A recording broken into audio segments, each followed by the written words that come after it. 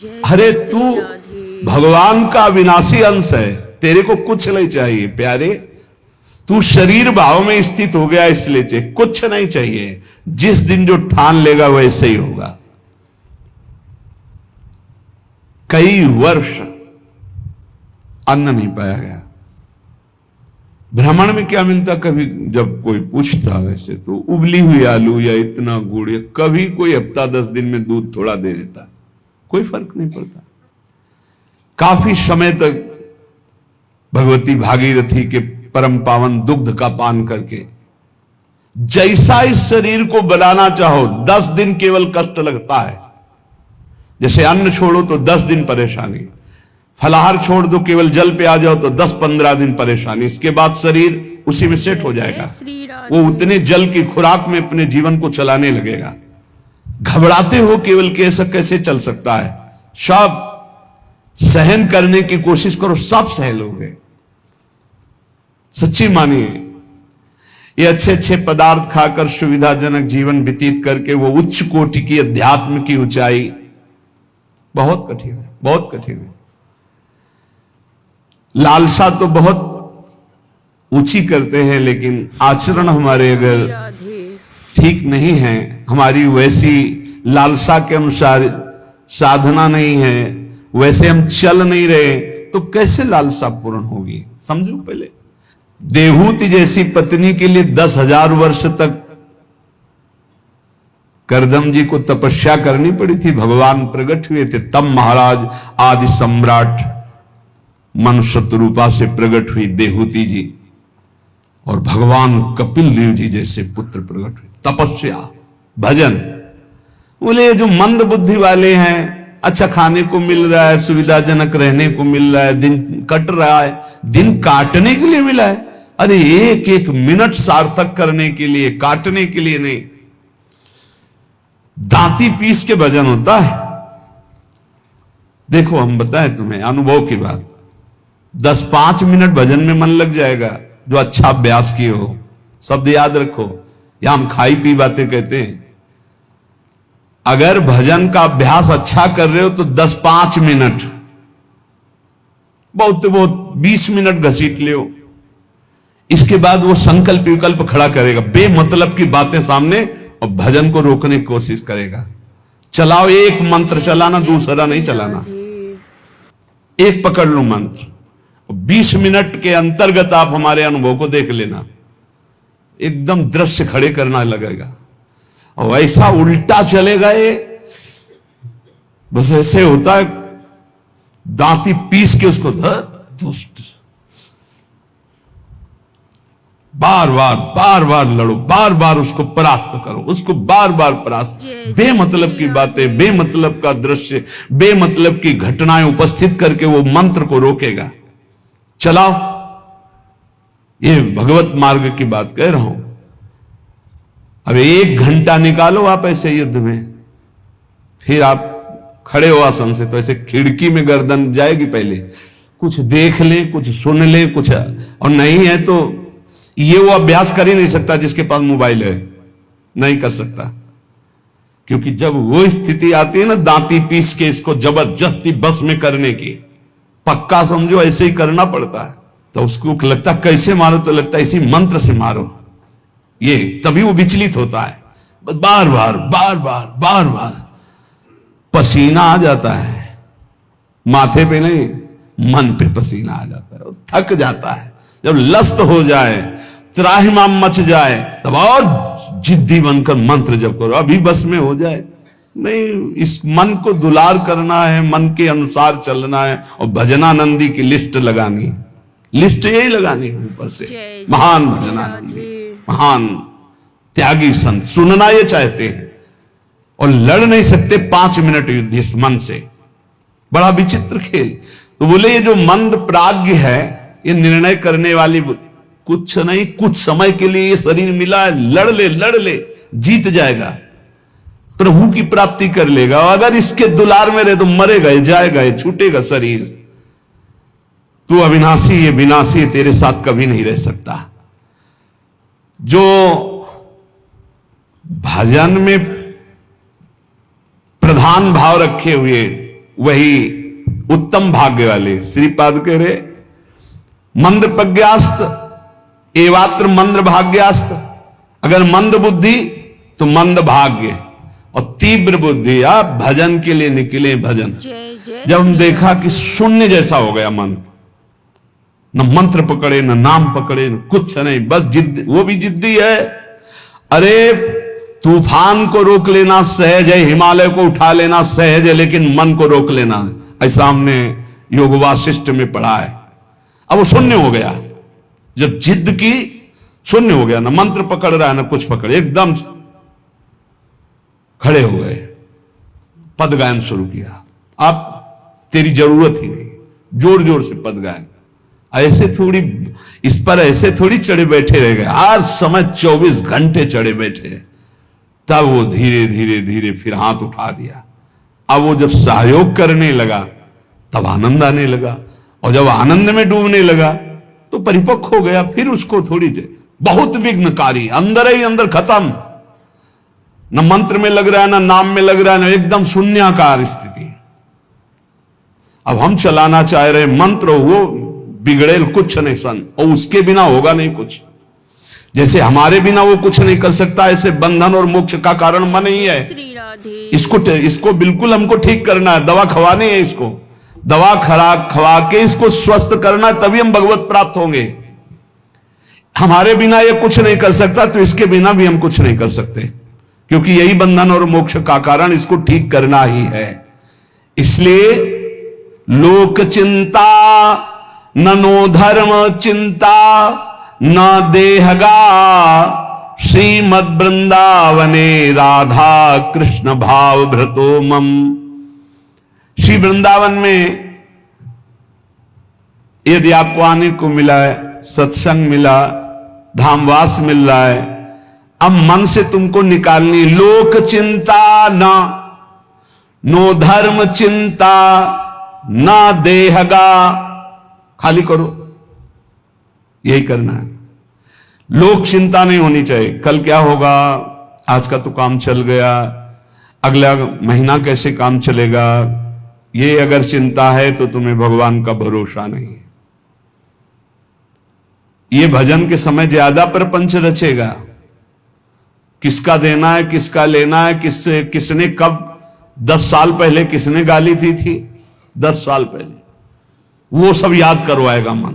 मन जलेगा, उसने ऐसा क्यों कहा था, उसने पकड़ो कि समय मंत्र जपने के लिए बैठे हुए, प्रपंच करने के लिए बैठे हुए। नहीं देखो ना, यही करता है। आप जब बिल्कुल एकाग्रता पूर्वक टीवी देखते हुए तो फिर बढ़िया है, फिर कोई परेशानी नहीं। एक कुर्सी में और आदमी बैठा लो, फिर माला ले लो, कोई परेशानी नहीं। ये हम उनकी बात कह रहे हैं जो असंगोहम असंग होकर मंत्राकार वृत्ति कर रहे हैं, उनकी। तब इसकी असलियत समझ में आती कि मन हमारा इस समय दोस्त है या दुश्मन। भजन के एकदम विरुद्ध खड़ा हो जाता है। लोक चिंता, और फिर क्रियाओं की भी चिंता करो, भजन हो जाएगा, अभी तो वो करना है, अभी वो करना है। वो जिस समय भजन में बैठो उस समय ये सोच लो कि अगर आसपास आग लग जाए तो भी हम नहीं उठेंगे। आसपास आग लगी हो तो भी नहीं उठेंगे। योगक्षेमम वहाम में हम करने वाले भगवान मुझे उठाए आके या आग को शीतल करें, उनका विषय है। और सच्ची कहते हैं यदि जब चल रहा है तो अग्नि की भी ताकत नहीं कि आपके रोम को झुलसा दे, यदि सत्य भाव में स्थित हो। प्रहलाद जी को आग में झोंक दिया गया, कबीरदास जी को आग में झोंक दिया गया, कुछ नहीं हुआ, क्योंकि आग में जो दायिका शक्ति है वो प्रभु के द्वारा दी गई है, प्रभु ने ही प्रकट की है। पूरी लंका जल गई, हनुमान जी महाराज की पूंछ के बार में भी झुलसन नहीं हुई। क्यों? ताकर दूत अनल जय सिरजा, जरा न सोते कारण गिरजा। बोले उनके दूत है जिन्होंने अग्नि का सृजन किया है, अग्नि की रचना की, जिन्होंने अग्नि को प्रकट किया है, अग्नि में जो दायिका शक्ति दी है। लोक चिंता ना, अगर आपको भगवत प्राप्ति करनी है तो तुम्हें कल की चिंता नहीं करनी। अभी वर्तमान में जो कर्तव्य है, भजन, मन को परमात्मा तत्व में लगाना, और शरीर से जो भी क्रियाएं हो, कुछ समय तो ऐसा रखो जो क्रियाहीन भजन हो। शांत, हम तो कहते माला भी मत लो उस समय, ईमानदारी वाला भजन कह रहे हैं। शांत बैठ जाओ, बस केवल आंखों के सामने मंत्र चलाओ, चाहे आंख बंद करके चाहे खुला करके, और बस देखो ये कहां जाता है। जहां जाए फिर इसको दौड़ा के लाओ इसी मंत्र पे, जहां जाए फिर दौड़ा के लाओ बार बार। मंत्राकार वृत्ति 10 मिनट ऐसा साधन करोगे तो कई घंटे के भजन का फल मिल जाएगा।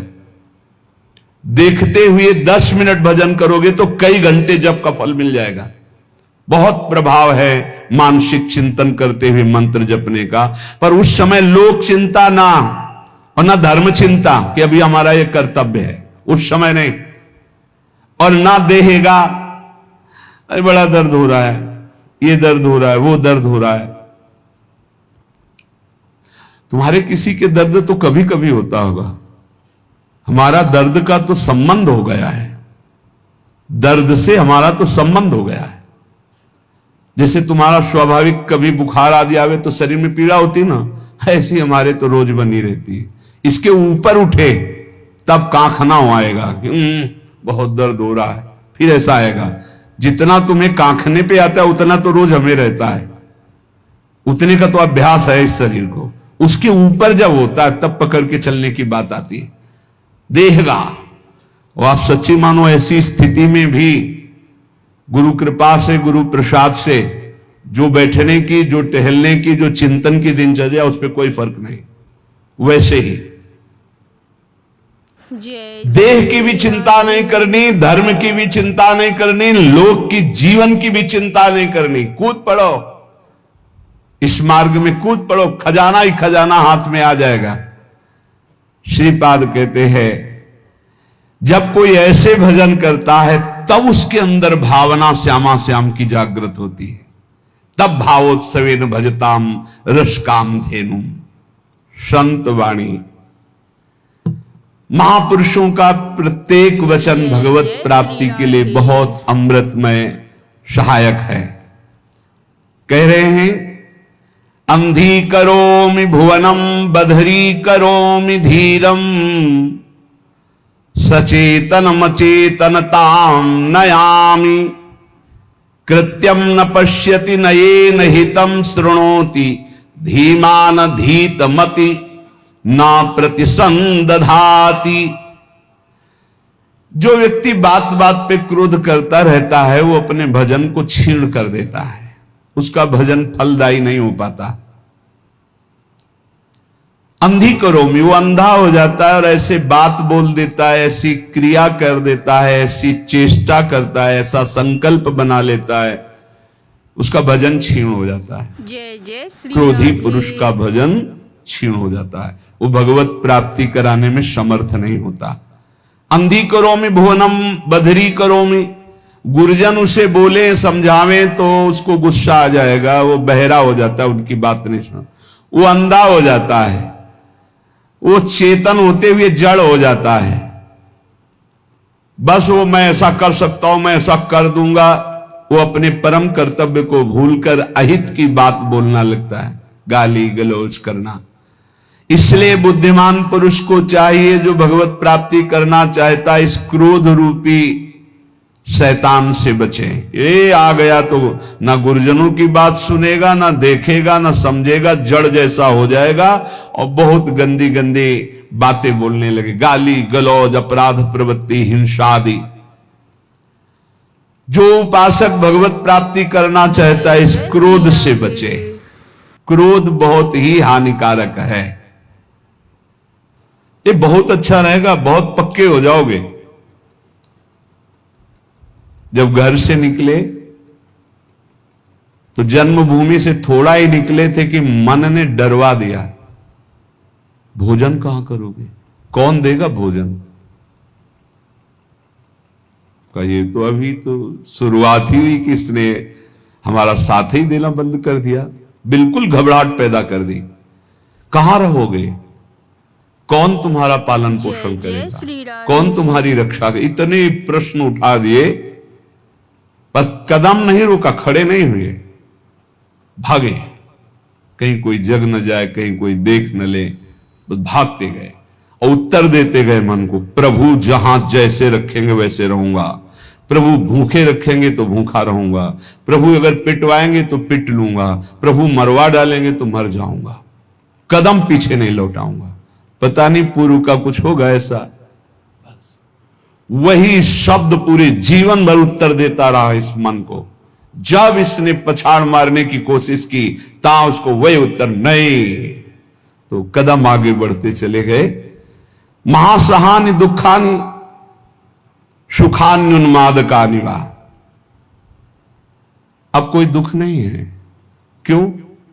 जैसे अपनी घर आ जाए और पता चले गाड़ी बिगड़ गई तो सुख होगा इस बात का कि गाड़ी को तो बिगड़ना ही था, पर घर आके बिगड़ी ये बहुत हुआ। अच्छा, अगर कहीं रास्ते में बिगड़ जाती तो गड़बड़ हो जाता, फिर पता नहीं अंधेरा हो जाता और हम अपने घर तक नहीं पहुंच पाते। लेकिन कृपा ये हुई कि जब घर दिखाई दिया कि आ गया तो गाड़ी बिगड़ गई तो कोई परेशानी नहीं हुई, अपनी अटैची उतारी, अपने घर आ गए। ऐसे महासुखानी, पक्का विश्वास करो, यदि आप पहले से तैयार रहोगे दुखों से लड़ने के लिए तो आप कभी प्रश्न नहीं करोगे कि हमारे साथ भगवान ऐसा क्यों कर रहे हैं। अगर ये प्रश्न आ गया कि हमारे साथ प्रभु ऐसा क्यों कर रहे हैं, तो ना आप शरणागत हो और ना आप भगत हो। ये प्रश्न भक्त के हृदय में नहीं होते। बहुत बार सुन चुके हो। ये प्रश्न नहीं होते कि आपने दुख क्यों दिया। आज तक किसी भक्त के मुख से ऐसा नहीं निकला, आपने ऐसा क्यों किया, ये प्रश्न नहीं निकला। ये प्रश्न निकलता है जिसकी शरणागति पुष्ट नहीं होती, जिसका आत्मसमर्पण नहीं होता। तो हम पहले से महापुरुष जनों के वाक्यों से पुष्ट करते हैं, यदि आपको अभी शरीर स्वस्थ है तो खूब भजन कर लो, आगे दुख आने वाला है। लिख लो अपने लोगों की क्या भजन साधना है, जो रात दिन दिव्य भजन करते रहे। उनके जाते जाते शरीर में पूज्य पाद उड़िया बाबा जो 18 घंटे पद्मासन, 18 घंटे एक आसन में बैठे, उन महापुरुष के गुदाद्वार में ऐसा चटक गया था।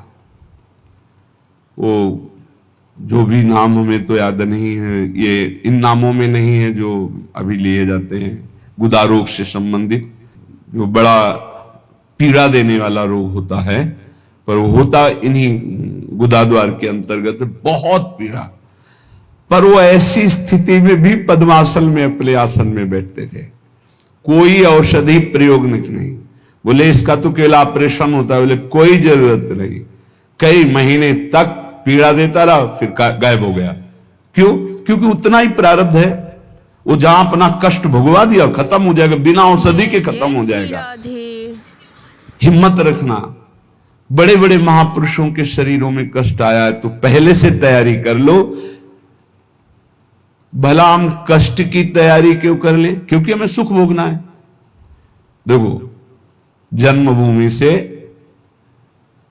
5-7 कोस गंगा जी, नंगे पैर ऐसे जाया जाता था गंगा स्नान करने। छोटे छोटे बच्चे थे, साथ जाते, नंगे पैर चलाया जाता, क्योंकि गंगा स्नान करने जाए बड़ा भाव रहता है, पवित्र भाव, जाग साष्टांग दंड। तो ये गर्मी सहते हुए नंगे पैर जा रहे हैं, गंगा स्नान करके फिर नंगे पैर आ रहे हैं। क्यों? क्योंकि गंगा जी पाप हारणी है।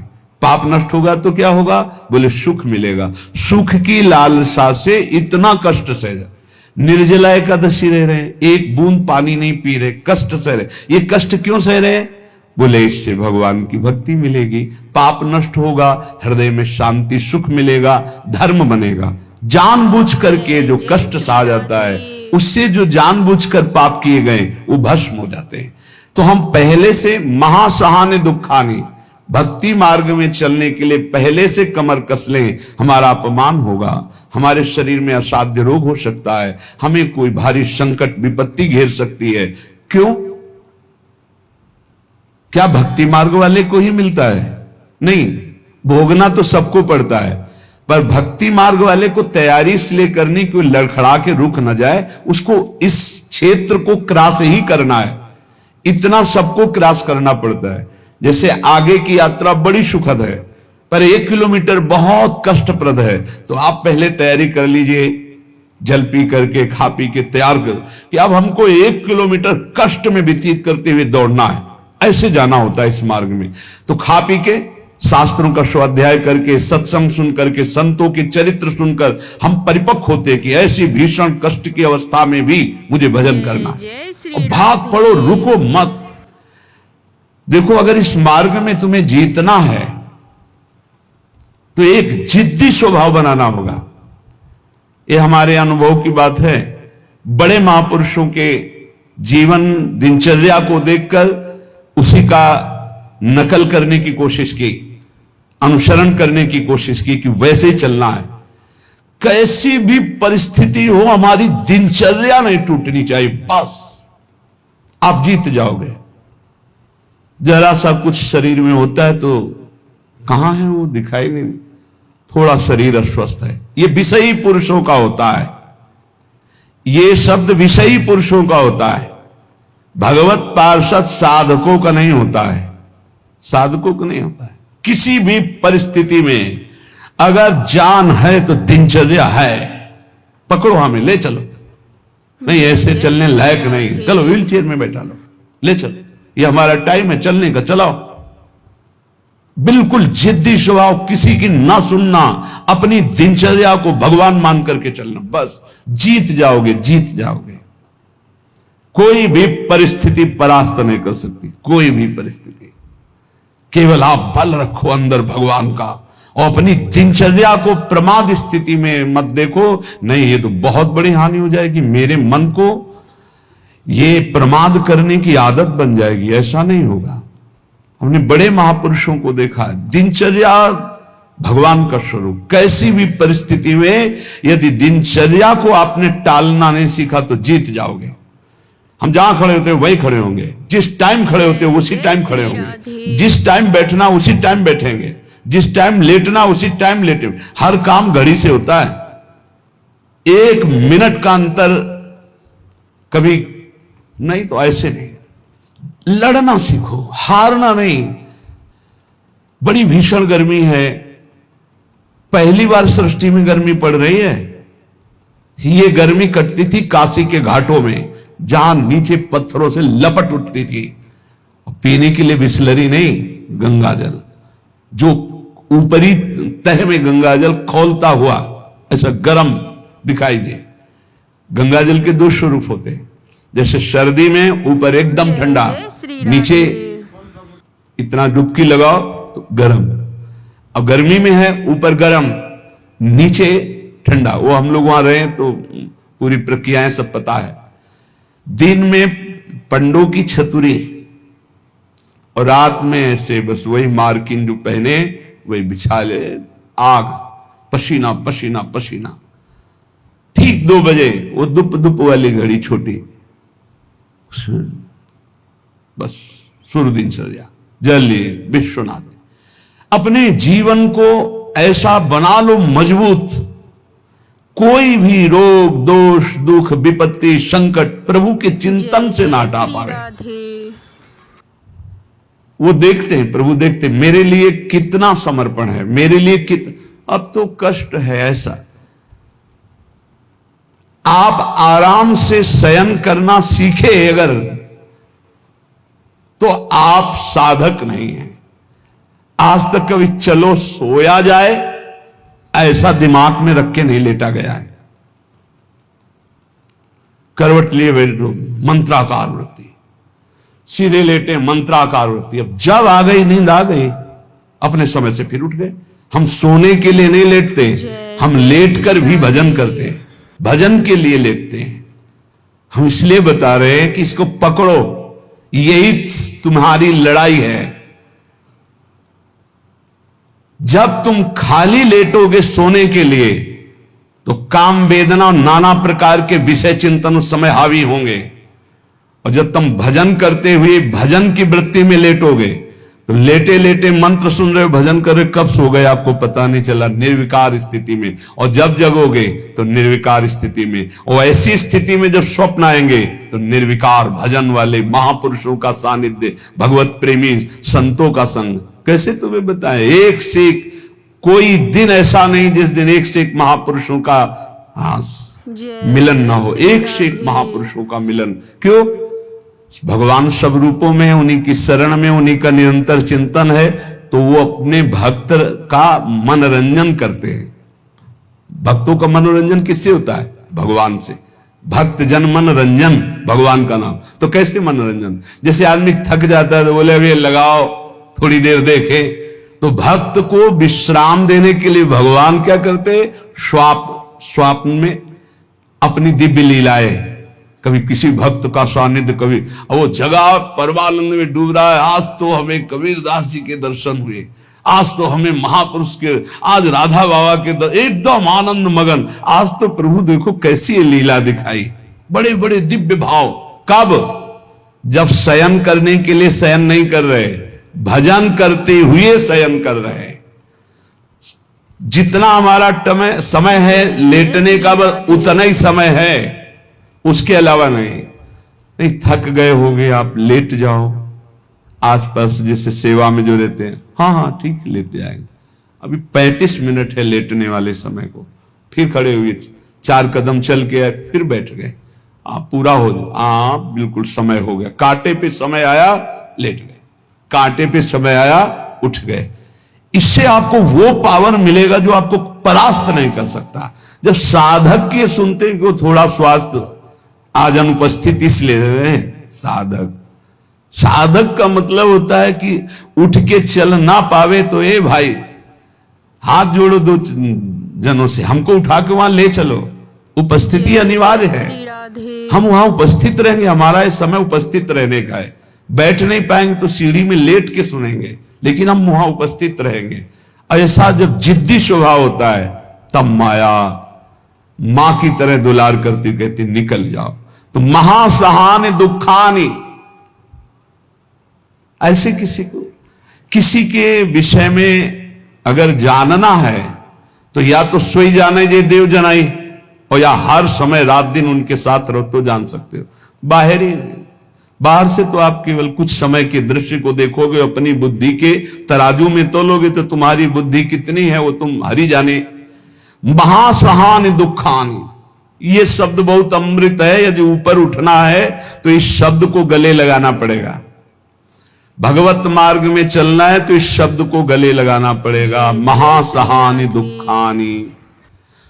तब आगे आएगा सुखान्युन्माद का निवा, महान उन्माद प्रकट करने वाला सुख मिलेगा।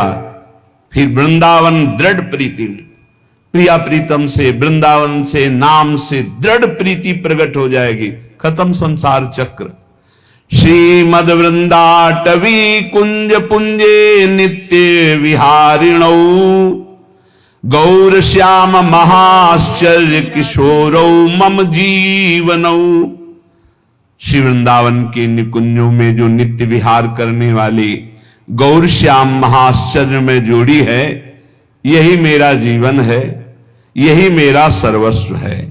मंद प्रज्ञास्त एवात्र मंद भाग्यास्त एव ही, ये वृंदावन माश्रित राधा कृष्ण न भेजी रे। स्वामी अनंग बोधाश्रम स्वामी जी, देखो ऐसी धूप में रेत कैसी होती जानते हो? जैसे चना डाल दो तो भून जाए, ऐसी रेत होती गंगा जी की। हम चले हैं, उस पे रहे हैं, पैर रखो तो ऐसा लगता है जैसे तपते हुए तवा में रख दिया। जो यहां शुष्क रेत है ना, एकदम सूखी रेत, बिल्कुल भुनी हुई, ऐसे लगते है कि बस अन्न डाल दो तो लावा बन जाए, भुन जाए, ऐसी रेत। और आप दिगंबर उसी में रहते थे, रात दिन 24 घंटे। जैसे दोपहर में कोई बहुत दया करके भिक्षा देने जाता, अरे स्वामी जी, अरे पैर रखते नहीं बोलता, ऐसे कहते, ऐसे रेत लेते, ऐसे फिर अच्छा खड़ा हो जाया शीतल में, और आपकी त्वचा ऐसी जैसे कहने में अशुद्ध लगता है, जैसे पशुओं की त्वचा होती, ऐसी त्वचा हो गई थी। प्रकृति का वार पूर्ण सहते हुए तब धर्म सम्राट करपात्री जी साष्टांग दंडवत करते से, अगर मूर्तिमान ब्रह्म का साकार रूप देखना है बोले जाओ, अश्विनी आश्रम की रेती में पड़ा हुआ है मूर्तिमान ब्रह्म, जटाओं का भार, पूरा शरीर श्याम वर्ण का, जय जय श्री राधे। दिगंबर, ब्रह्माकार उन्मादकारी नेत्र, रात दिन एकांत वही गंगा की रेती। महापुरुषों ने भगवत प्राप्ति के लिए, ब्रह्मबोध के लिए इस देह भाव का पूर्ण विस्मरण कर दिया। प्राया सुकृतिनामर्थे देवायांति सहायताम, अपंथानम तु गच्छन्तम शोदरोपि विमुंचति। जब कोई सही मार्ग में चलने लगता है, दूसरों को सुख पहुंचाने की बात बोलता है, तो दैवी शक्तियां उसकी रक्षा में हो जाती हैं। वो अकेला नहीं रहता। जब कोई धर्म से चलता है, नाम जप करता है, दूसरों को सुख पहुंचाने की बात सोचता है, तो भागवतिक दैवी शक्तियां उसकी सहायता में हो जाती हैं। और जब कोई कुमार्गगामी होता है, अपंथानाम तु गच्छन्तम, गंदे आचरण में चलता है, तो उसका अवसर पर सगा भाई भी साथ नहीं देता है। दैवी शक्तियों की तो बात क्या जाने दो। अपंथानाम तो गच्छन्तम सोदरोपि विमुंचति, जो उदर से, उसी उदर से प्रकट हुआ सगा भाई, वो भी त्याग कर देता है, उसका कोई साथ नहीं देता। इसलिए प्रायः सुकृति नाम अर्थे देवायांति सहायतम, सुकृतिवान बनो, धर्म मार्ग में चलने वाले बनो, भगवान नाम स्मरण करने वाले बनो, सब दैवी शक्तियां तुम्हारी सहायता करेंगी बिना मांगे। कुमार्गगामी बनोगे तो दैवी शक्तियों की बात जाने तो तुम्हारा कोई मित्र भी, तुम्हारा सगा भाई भी तुम्हारा साथ नहीं देगा, उसको भी रोक दिया जाएगा। भागवतिक सिस्टम बाधा पहुंचा देगा, वो तुम तक पहुंच ही नहीं पाएगा। कुमार्गगामी मत बनो।